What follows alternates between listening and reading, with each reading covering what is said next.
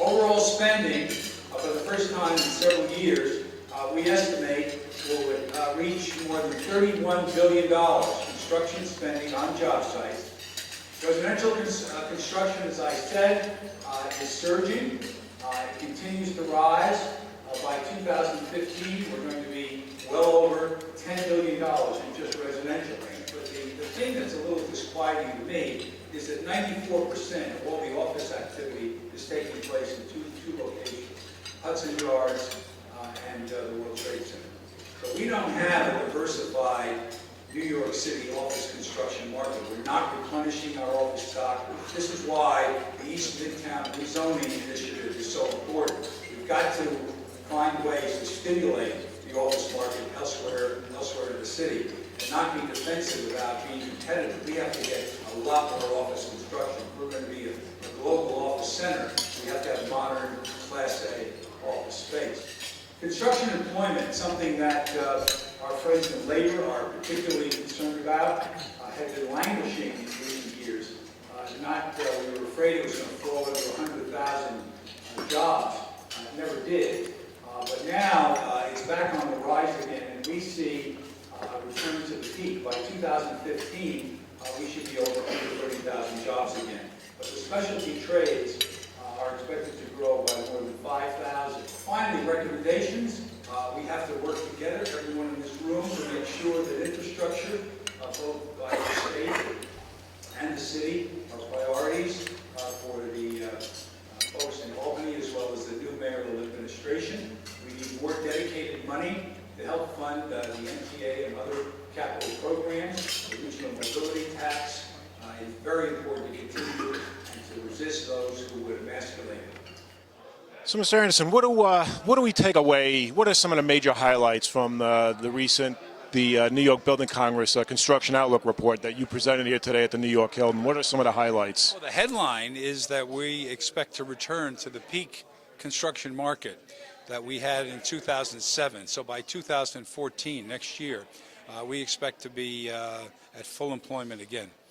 And this is very reassuring. It's the residential market is coming back, non-residential office buildings, retailing, institutional work, and government work, while it's slowing down a little, hasn't fallen off the cliff. You know, you did mention a couple concerns that you had during the presentation about particularly office space being concentrated in two locations in Manhattan, World Trade Center site as well as the Hudson Yards that's currently going up. What makes you concerned about that? Well, you just put a world-class city like New York only has two office development areas. That's of concern. We need a broader office market than just two locations. And so how could that potentially change? Well, the city has to prime the pump. One thing is the East Midtown rezoning initiative around Grand Central to try to provide incentives to develop and redevelop offices in that area. But there are many other areas in the city that deserve that kind of attention. You know, Rich, you also mentioned, Mr. Anderson, you also talked about your concern about government spending, not declining, but also not growing, kind of like stagnant at this point. But at the same time, you are concerned that maybe city government spending for things like infrastructure might be coming down a little bit. Do you know what might be accounting for that? Well, there is pressure on the city's budget because capital spending is supported by borrowing, and borrowing is at a fairly high level. So there is a limit to how much you can borrow. But also, I think with Mayor Bloomberg going out of office, he just didn't pay as much attention to longer-term things because he wasn't going to be here. The next mayor has to decide whether infrastructure is a priority for him. Can, say, for example, what the related companies are doing with the Hudson Yards, where the MTA is leasing space for 99 years, can that, like, public-private type of partnership help the MTA fuel their future infrastructure? They just don't own a lot of other sites like the Hudson Yards.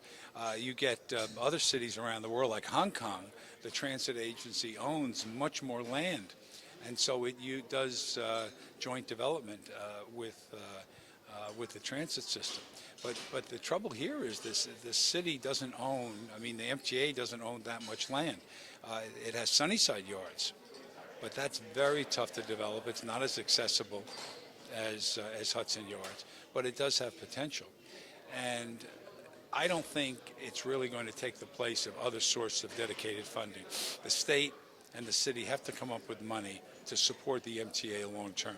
They can't find a way to develop projects that'll take up that slack. And do you think public-private partnerships? I mean, I know, for example, Amtrak is trying to pursue public-private partnerships to help them expand their network. Is that something that could be relevant for the Private MTA? investment is there. There's plenty of private capital around, as long as it gets assured sources of funding to pay off the debt. They're not just going to provide funding without an assured way of paying back the borrowing. Mr. Anderson, thanks for your time. Okay, anytime.